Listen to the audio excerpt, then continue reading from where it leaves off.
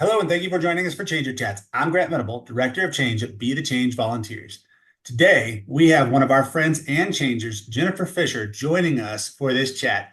Jennifer is an Associate Teaching Professor of Art Education at the University of Missouri, St. Louis. During the summer, she serves at the Missouri Scholars Academy, where gifted students who are starting their junior year of high school come from all over the state of Missouri to the MU campus for a 3-week program. Jennifer is also a veteran changer with BTCV, and today she is going to share more about the Missouri Scholar Academy and her experience volunteering with us. Jennifer, welcome to Changer Chats. Thanks so much, Grant. It's great to be here today. Jennifer, you served with BTCV in 2012 in Tanzania. But before we get started on your changer story, because we do want to know that, we want to learn more. We want to share the platform today with the Missouri Scholars Academy. So, would you just tell us about the Missouri Scholars Academy? What's involved? What do you do there each day? What do the students do there each day? But give us an overview and some more detail about Missouri Scholars Academy, sorry. No problem. So, Missouri Scholars Academy was founded in 1985 as a summer academy for gifted students in the state of Missouri. And so, when we think about gifted education at large, it can be something that encompasses a lot of different types of students from a lot of different types of backgrounds. The 80s were kind of one of the heydays for gifted education because I think at that point in time in our country, we realized we've got some really bright kids with some really high abilities or some kids with really tremendous potential. And they weren't necessarily having their needs met or their educational academic needs met at their home schools throughout the state of Missouri. So there were a lot of different schools, or rather, a lot of different states around the country that were starting scholar academies or summer academies for students. And there were a few really motivated parents and a few folks who were faculty members at University of Missouri, or as we affectionately call it, Mizzou, who got together and decided, hey, let's do something like this for students in Missouri. So every summer since then, with the exception of the COVID summer, which we did online, um, students have gathered at Mizzou or MU, 330 students who are what we like to call rising juniors. These kids are academically gifted and talented, but that can mean so many different things. It can mean that they excel kind of across the board in academics. It can mean that they have really outstanding skills in one particular area. It might mean that they're good test takers, or it might not. It kind of depends. There's a pretty selective admissions process. But what we would try to do is get kids from all over the state. So obviously, we have a lot of kids from urban centers like St. Louis or Kansas City, Columbia or Springfield, that kind of come to the table sometimes with a lot of really cool experiences because of the nature of where they live.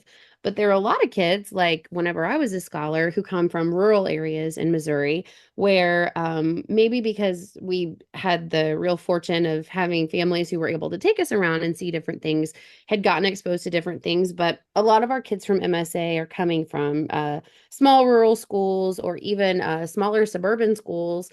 And we all come together in the summer. And basically, they have a major and a minor, kind of like in college, and the students get to pick what they want to study.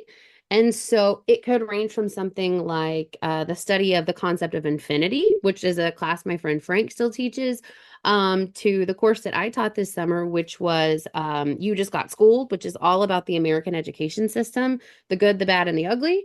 And then there are other classes about like physics and poetry and nature and all kinds of stuff. My friend Sabrina taught a course this summer called The Sounds of Science, where the students got to record bugs and water and grass and all the cool sounds that they make and talk about the physics of that, the biology of that. It really is just wide open. And so that was actually whenever I was introduced to Be the Change Volunteers for the first time. Your founder, Jimmy Cook, came and he was speaking with my friend Brian, who is also an instructor at the academy.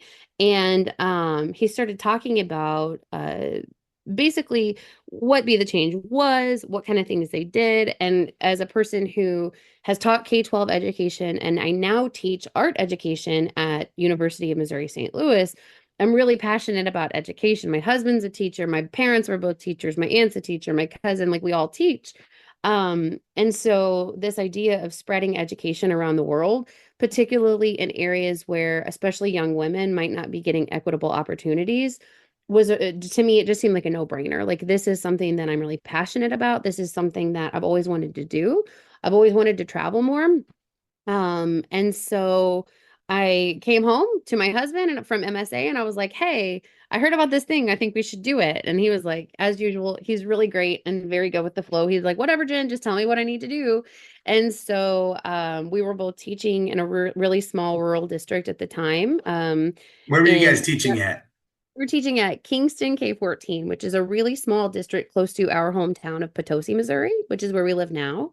Oh yeah. And so, yeah, so it's really tiny. And we actually, I don't know how, I think we were just really fortunate. We convinced a few parents to let us take their children with us. Even though we were like in our early 20s, I guess we seemed very trustworthy. But we were new and kind of emerging educators. And, now as like a parent, I think, oh my gosh, they were so brave. Or I don't know, like, I don't know what it was that made them feel safe enough to send their kids with us. But so we ended up having a few students and we just like fundraised our to death and like fundraise, and had a wonderful opportunity. So that's kind of how I got to know about Be the Change volunteers through Missouri Scholars Academy. And now I know there are several other faculty members at Missouri Scholars Academy who have been changers, who've gone on trips. And it's kind of just become a part of the culture every summer. So when we gather in June and whenever we get together and provide the students, these really bright kids from all over the state with opportunities, one of the things that we always like to do is schedule time for Jimmy Cook, who is the founder of Be the Change, to come talk about his experiences, what he founded Be the Change, and ways that these kids can get involved.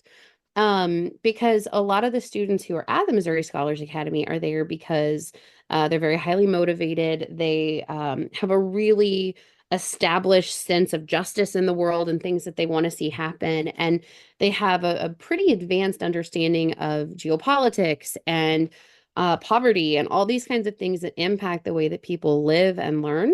And so, by trying to get students at MSA involved with Be the Change, I think you're getting not only students who are really passionate about making a change in the world, but also people from very humble backgrounds, I guess, right? Like these Yeah. these are all teenagers. It's not like we're just going to them and saying like, "Hey, can you give money? Can you give this?" It's like, how can you contribute your skills and talents to help this organization flourish around the state and around the world?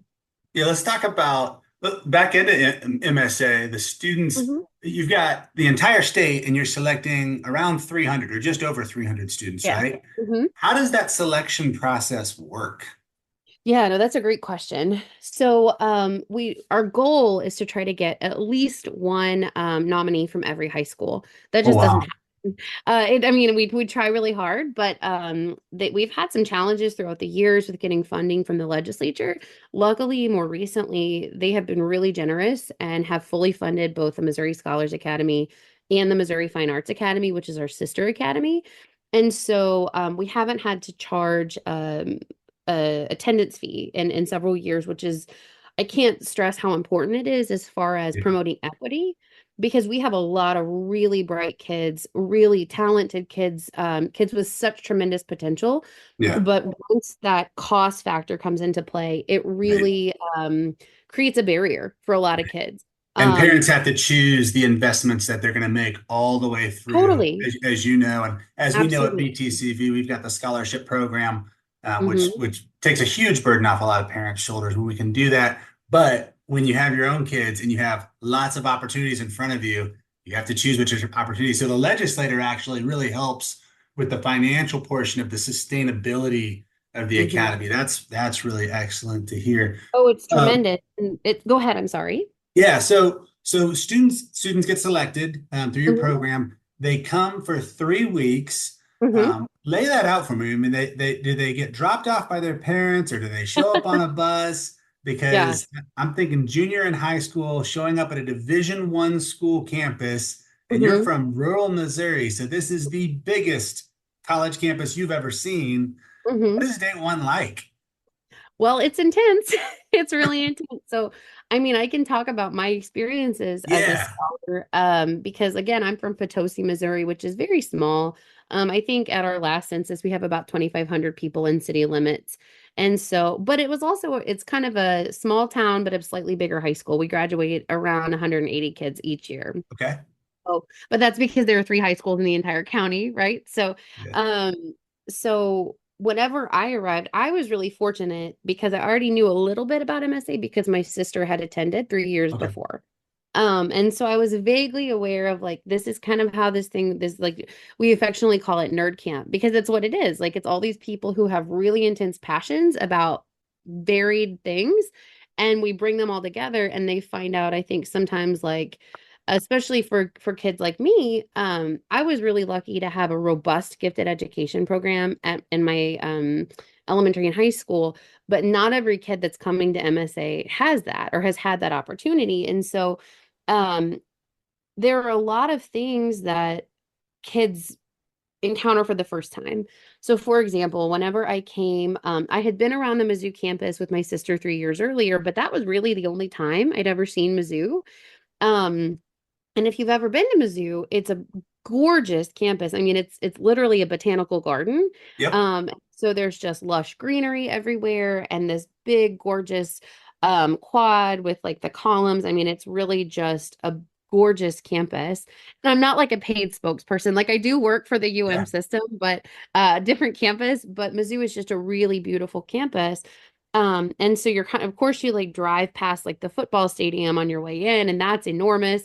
But then you just get to see all these like beautiful buildings and all these like smaller parts of things. And it can feel very overwhelming at first Yeah. because you're thinking like, I need a map. And even then it's going to be confusing. And then there's always construction that you have to walk around. And so I remember thinking like, I'm just going to have to fake it till I make it here because these kids are clearly like a lot smarter than me. And they go to schools with like advanced placement. I didn't even know what advanced placement was. There a lot of them were talking about, oh, I go to an IB school, which is like International Baccalaureate, um which is it's kind of like AP. It's a little bit more European, but these kids are talking about all these like really intense educational opportunities that they had, and I'm like, I don't know what any of this is, right? Yeah. And I felt like I had been given a ton of opportunities with two parents who were educators who were really invested in my education. So I'm thinking like if I'm feeling overwhelmed, if I'm feeling like this imposter syndrome, I can't even imagine how some of these other kids are feeling. Yeah. And so What does uh MSA do to bring that down to earth, to bring that to where the student feels like I do belong here?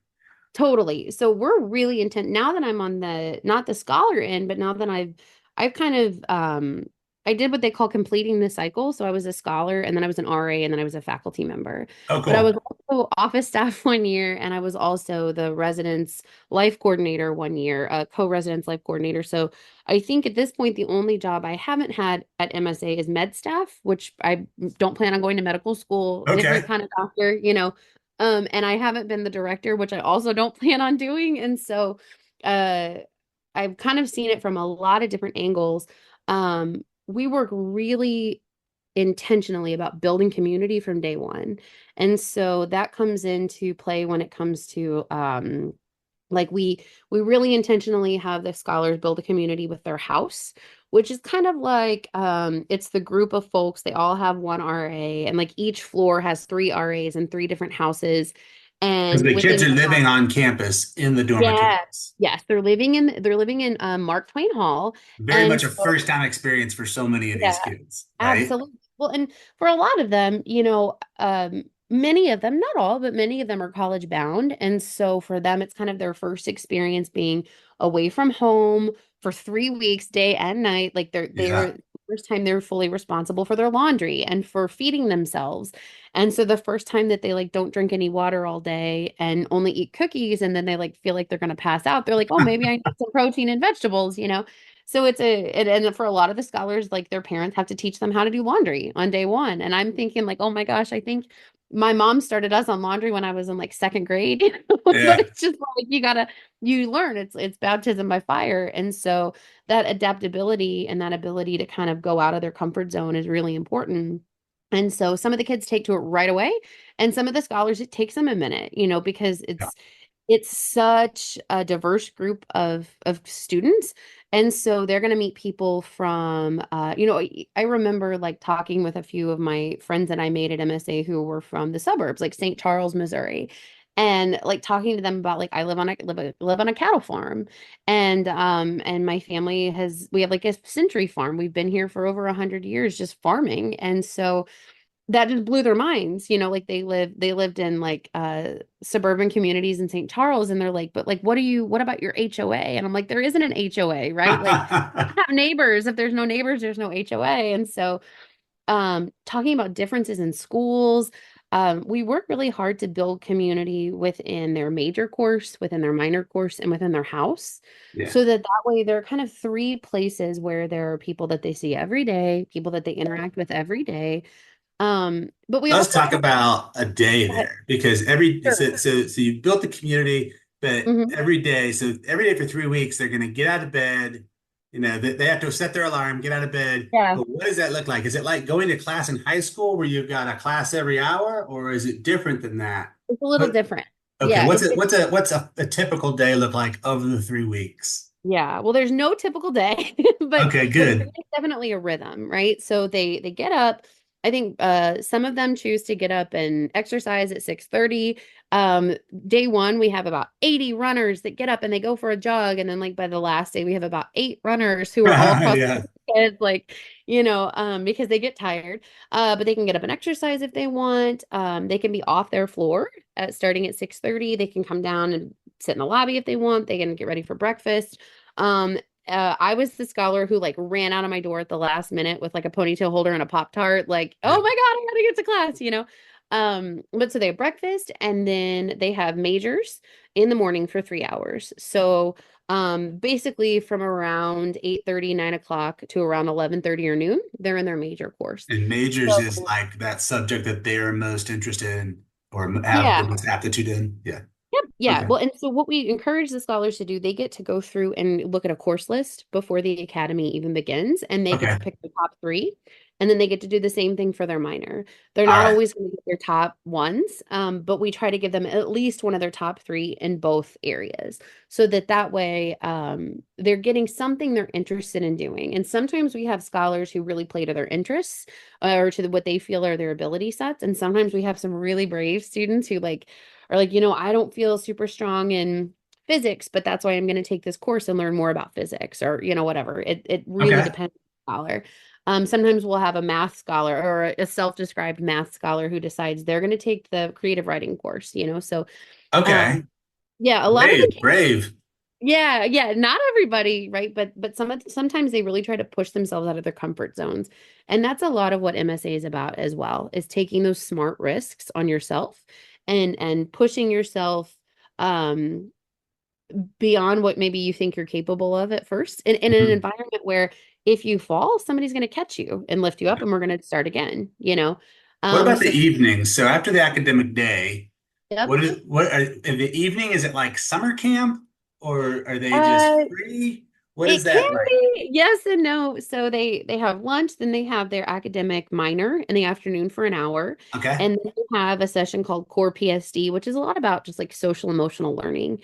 And then from about 4 o'clock until let's say like 7 o'clock, they can either do an optional afternoon activity, and there are typically, let's say, five offerings. So they might have something like Jimmy Cook is going to come talk about Be the Change Okay. volunteers. And then they might have something like there's going to be a harp player in the lobby. You can come listen to a harpist. Then, like for example, this year, I took some students over to see um, these crazy expensive microscopes in the Next Gen building at Mizzou. I can't Oh, honestly, like I'm an art educator, and so I'm like, cool microscopes. And then that's kind of like yeah. the scope of my understanding, no pun intended. But like the scholars were super into it, and they were all talking about things that were far beyond my skill set. And that what we were hosted by a current Mizzou professor and an MSA alum. Matthias Young, who I was in a creative writing class with at MSA in 2004.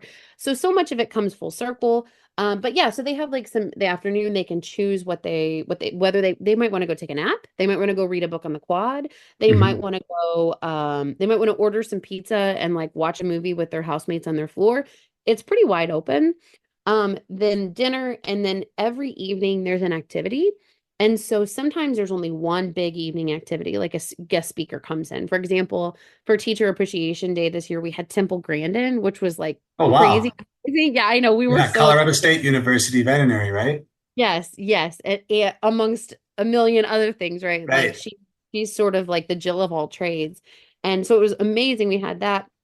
So of course everybody went to see Temple Grandin, but then like on another night they might be able to choose from like we had a guest speaker who came for many years, Bob Becker, and he would just blow things up and talk about the chemistry of it. And so it was like a double trouble, right? Like you can come learn about the chemistry and also watch him explode things, in a lecture hall. We have had in the past like this Nigerian artist, Nigerian American artist, Ibiinka Alao. He came and has these massive paintings that he would show us. So there's just such a variety of evening speakers, and we have we've had a woman who is actually a Holocaust survivor come and speak every year. She wasn't able to this year because she got sick, but there are all these different people who come in the evenings, and then a lot of times the scholars can choose like, well, I think tonight I want to do this, or I want to try this, or whatever.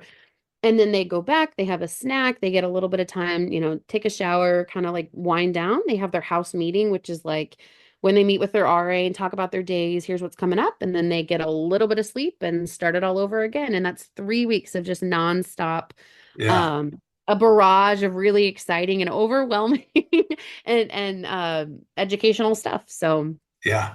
And the staff are exhausted too. Well, that sounds Oh my like you gosh. guys You have packed a no day idea. for Yeah. those kids. Yeah, the That's RAs are I having done every like I said as many positions in MSA as I have, the RAs are like I don't know how I used to do that. Like my 35-year-old body is like how even did you do that for 3.5 weeks, but yeah. Well, tell me this. You mentioned that some of the alumni will come back and share. Who are some notable alumni of this program? oh gosh. Let me think. There are so many people. I don't know if there's anyone per se that I could say like, oh, it's this particular person who, like invented this, which we've had some of those too. Like there are people who would be better to ask that than me. But I mean, we have so many folks who have gone on and become professors. Uh-huh. We have lots of folks who've gone on and become artists. Like one person I can think of right now that maybe if people were from in and around St. Louis might have heard from. Court Van Ostren was a scholar, I think the year after me. I think he was a scholar in '05. And he and I were REs together one Uh-huh. year. And really nice dude. He's from Joplin, Missouri originally, and now lives in Clayton. And he did like Harvard undergrad and then did WashU Law. And then he ended up running for US Senate out of St. Louis. He didn't win, but he came really, really close, Okay. which is pretty remarkable for running for or not Senate, House at age 29. Oh, And wow. so yeah, so I mean he's just a really remarkable person. Um, but one But of the the things, alumni base is broad. oh, They're it's all very over the broad. state. Yeah, That's so totally. cool. Totally. And I think one of the great things about the alumni base, and one thing that we really try to instill in a lot of the scholars from day one is like, yes, like there's Court, like, right, he has this really like amazing academic record, but then he's also just a really nice human being, you Mhm. know. And we have a lot of folks who maybe have taken a less traditional route, and they have gone into like cosmetology school and are doing cool things with chemicals and hair products and like making people's hair purple or whatever. We have writers, we have artists, we have folks in so many different areas. Um, we have folks who are, oh, I think about one of my MSA besties who I haven't talked to in a minute. He was working at CERN for a while in Switzerland, and like, I don't even know what that entails. I know it's like really intense, like physics. My friend Matt, he now works for he's like a next level engineer. I can't even remember which company, but he's like down in Frisco, Texas. And so, I mean, there people are just all over the place, meteorologists and one of the guys that I was an RA with one summer who came back as faculty this summer, RJ Kosilniak, he is a professor of urban planning up at Eastern Michigan. So I mean, it's just they're just everywhere. MSA is everywhere, you know, and it's been a great opportunity for me to meet lots of folks who are really passionate about making the world a better place. Well, Jennifer, thank you for sharing about Missouri Scholars Academy. That is awesome. We are so excited to share that story with our audience. Yeah. Before I let you go, I want to hear your changer story. So I want to Yeah. know, you told us how you learned about BTCB actually through Missouri Scholar Academy, but you and your husband decided to get on a plane and go to Tanzania. So Yeah. we're going to jump all the way to you got on the plane and now Hmm. you've landed in Arusha and you're getting off the plane. Tell us your changer story from Arusha forward. Yeah. Yeah. So after that was after months and months and months of really intense fundraising Yeah. because we had I guess 2012, so we were 24 years old, 25 and 24 years old. And which at the time felt very adult. And now I look back like, oh my gosh, like what was I doing? Um, but so I think one of the first things I noticed was definitely just like infrastructure, right? Like we had traveled before. I had been to Europe twice. My husband had traveled extensively around the US, but had never really been like I think it's like a little bit in Mexico, but never on a huge international trip. And the students with us had certainly never been, they'd never been on a plane before.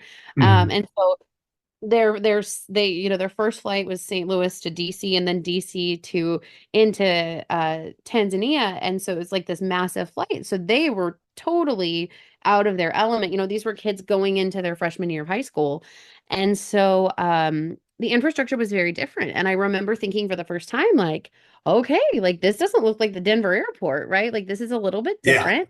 And just kind of learning that adaptability, learning to just kind of go with the flow and figure things out as they came up. And we got into a van. We met Danny and Tom, who was kind of our trip leader, definitely did a great job of helping us feel like, okay, we've got this. It's all good. You know, just everybody take a breath. It's going to be a little overwhelming. It's going to be a little bit of a culture shock, but you are taken care of. We're going to be good. And so that really set my mind at ease from the beginning.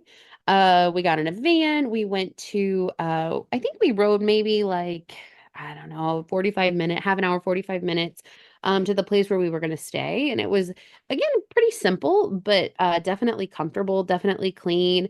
We roll in and I get like all these different smells. I think smells are one of the first things that Yeah. whenever I travel somewhere new I start to notice, because I think in the US especially everything is either pretty neutral or smells really nice for the most part, unless you're like walking through like New York City on like trash day, right? Like for a lot of spaces, like just in American public spaces smell pretty nice or neutral.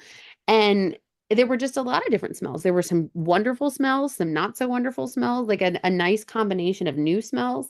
And we got settled in, and then I think we had about kind of like the evening to like get something to eat and then go to bed, and then we started fresh the next day. And so we were actually working first at the Upendo School, Hmm. which is right there, really close to where we were staying. We just walked over, and over the course of the first few days uh we were kind of laughing. My husband is like a bigger guy. He's a coach, and so he's kind of always like the pack mule, right? I'm always just like, oh, Devin, just take this and hold this and carry this.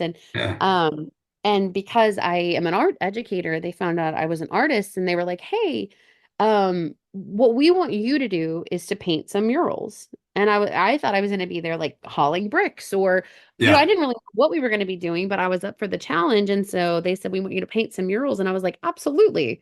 Where do I sign up? Like, just tell me what to do, show me what I'm working with, and I'll make it work. And so I worked on painting some murals on the side of the school building. And then Devin ended up hauling like concrete bricks for like 6 hours. And so his big joke was like, you got me to come here and we're doing this and it's great. And he's like, but you get to paint and I'm hauling concrete bricks to build a toilet. And so, of course he's just joking, but had a great experience. The students that were with us got really into it really fast, and they're young, so it's like their muscles recovered, I think, a little bit more quickly than ours did. It helped us realize how out of shape we are, right? But I remembered I got to work with a local artist there. I think his name was maybe Saeed. I think Saeed. And he only spoke Swahili and I only spoke English. And so he was sent there to be my quote unquote helper with far superior skills than I had. And I'm like, oh my gosh, I should be his helper. Like he should be Yeah, telling yeah. me this is where we're going to shade this area and this is what we're going to do.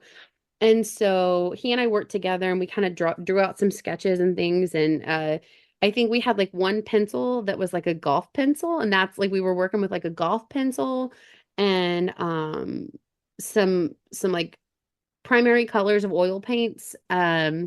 And like two small paintbrushes, but we're like, okay, let's just figure it out. So much about what we did with Be the Change is just like you kind of figure it out in the moment. And a lot of it's problem solving, that like creative problem solving.